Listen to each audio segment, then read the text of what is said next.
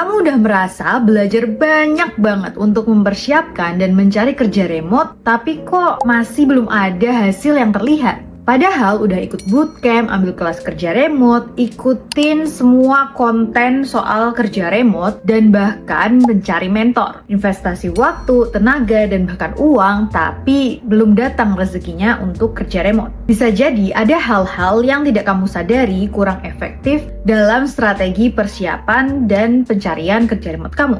Mungkin memang kamu udah kerja keras, tapi apakah kamu udah kerja cerdas? Ini nih yang menjadi pembeda kesuksesan setiap orang. By the way, kalau kalian baru di channel ini, kenalin aku Galea, mantan rekruter pekerja remote internasional dan digital nomad selama 6 tahun yang suka sharing seluk-beluk dunia kerja remote. Di video kali ini, aku akan bahas 5 kerja keras yang orang Indonesia sering lakukan, tapi mungkin kurang cerdas untuk bisa membuat sistem yang efektif dalam mendapatkan kerja remote. Yang pertama, overlearning versus strategic learning. Banyak banget nih teman-teman yang rajin belajar tapi kurang strategis dalam menentukan arah. Hari ini belajar desain, minggu depannya lagi nyoba digital marketing, minggu depannya lagi coba-coba copywriting, terus minggu depannya lagi belajar data. Memang belajar itu bagus dan aku dukung banget kalian untuk terus belajar dan mengembangkan skill. Tapi di dunia kerja remote, perusahaan itu biasanya mencari orang yang jelas spesialisasinya di bidang apa. Mereka juga mencari orang yang bisa langsung berkontribusi di role tertentu. Jadi perusahaan akan lebih mentingin seberapa fokus, ahli, dan relevan skill kamu untuk role yang mereka buka dibanding punya begitu banyak skill. Kerja keras yang kedua, banyak sertifikat, tapi sebenarnya itu nggak menjamin. Nah, siapa nih yang mindsetnya semakin banyak sertifikat, maka semakin besar peluang untuk dilirik oleh rekruter? Memang sih bisa, namun kenyataannya nggak sesederhana itu. Sertifikat itu secara general hanya menunjukkan bahwa kamu telah mengikuti sebuah materi pembelajaran tertentu, tapi tidak berarti itu menunjukkan kamu memiliki kemampuan untuk mengerjakan pekerjaan nyata. Kecuali sertifikat hasil sertifikasi skill resmi seperti misalnya IELTS atau TOEFL untuk kemampuan bahasa Inggris, atau CFP or CFA untuk yang bergerak di bidang finance misalnya. Dan bukan hanya sertifikat kursus online, event, dan lain sebagainya. Di level global, perusahaan biasanya lebih tertarik buat melihat apa yang sudah pernah kamu kerjakan, proyek apa yang sudah pernah kamu lakukan, dan hasilnya apa. Jadi, sertifikat itu boleh aja ada. Malah lebih bagus kalau kamu mencantumkan sertifikasi. Tapi ingat-ingat ya, yang benar-benar berbicara itu bukti kerja yang bisa kamu tampilkan. Kerja keras ketiga, terlalu banyak belajar tanpa praktek. Kesalahan lain yang sering terjadi adalah terlalu banyak belajar tanpa mendalami praktek. Course ditonton berjam-jam sampai berhari-hari, materi di-download, bahkan sampai ikut bootcamp berbulan-bulan. Tapi setelah ngelakuin semua itu nggak ada project yang benar-benar dilakukan.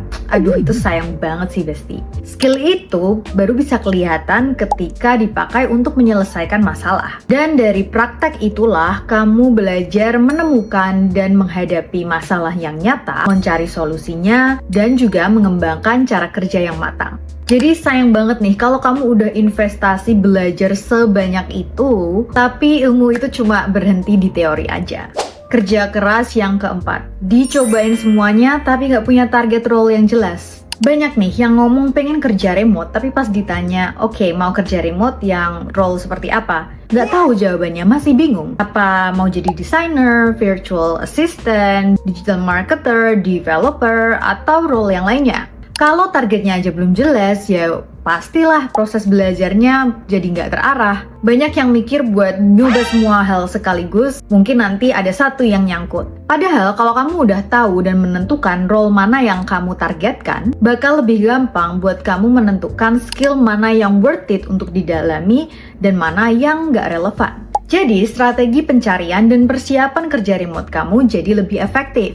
Yang kelima, clarity over quantity. Di dunia kerja remote itu, kandidat dilirik karena punya arah yang jelas. Mereka tahu role-nya, paham akan kebutuhan posisinya, dan mereka punya bukti kemampuan yang relevan. Nah, bukti kemampuan ini nih yang membuat seorang kandidat lebih menonjol dibanding yang pamer, wah bisa segalanya. Ingat, Jack of all trades is a master of none. Artinya, orang yang serba bisa sebenarnya bukanlah ahli dalam satu hal pun. Satu skill yang sangat kuat dan portofolio yang jelas biasanya lebih powerful untuk membuka peluang kamu di dunia kerja remote. Jadi yang perlu kamu fokuskan adalah bagaimana skill yang kamu bangun bisa mendukung jalur karir yang kamu pilih. Kalau kamu mau tahu caranya gimana untuk menentukan dan memilih skill yang bisa kamu fokuskan supaya lebih siap masuk di dunia kerja remote, kamu bisa cek link di channel Remote Galea ini atau di video description di bawah. Di sana ada info gratis seluk-beluk dunia kerja remote plus kelas persiapan memulai karir kerja remote yang akan menjelaskan secara step by step. Di ekosistem pembelajarannya, kamu juga bisa mendapatkan akses info lowongan kerja beserta job portal yang bisa kamu explore secara mandiri loh. Nah, karena kamu udah nonton sampai akhir video ini, kamu dapat satu informasi bonus. Ada satu hal yang menarik dari dunia kerja remote. Banyak perusahaan yang lebih fokus ke kemampuan dan hasil kerja dibanding latar belakang formal. Biasanya mereka nggak mempermasalahkan tuh kamu lulusan mana atau gelar kamu apa. Yang penting kamu bisa menunjukkan skill yang relevan dan bukti hasil kerja yang jelas. Jadi kalau misalnya kamu pengen switch career, itu bisa banget. Tinggal gimana kalian memposisikan transferable skill yang kalian punya untuk relevan dengan role kerja remote yang kalian incar. Itulah kenapa portofolio dan bukti kerja seringkali lebih krusial dibanding banyaknya sertifikat dan pengalaman kursus. Jadi habis nonton video ini, stop belajar random skill dan fokus untuk kerja cerdas untuk mencari kerja remote ya. Bisa dimulai dengan membuat atau memperbaiki portofolio kalian, stop mengikuti kursus yang kurang relevan dengan posisi yang kalian incar, dan fokus aja ke satu target role. Aku akan lebih sering sharing soal seluk-beluk dunia kerja remote di channel ini. Jadi, kalau kamu pengen dapet insight dan berkembang di dunia kerja remote, jangan lupa like, tulis komen kalau kamu ada pertanyaan atau topik yang ingin dibahas, dan juga subscribe supaya nggak ketinggalan. Let's grow and win the remote world together. I'll see you guys in the next video. Bye!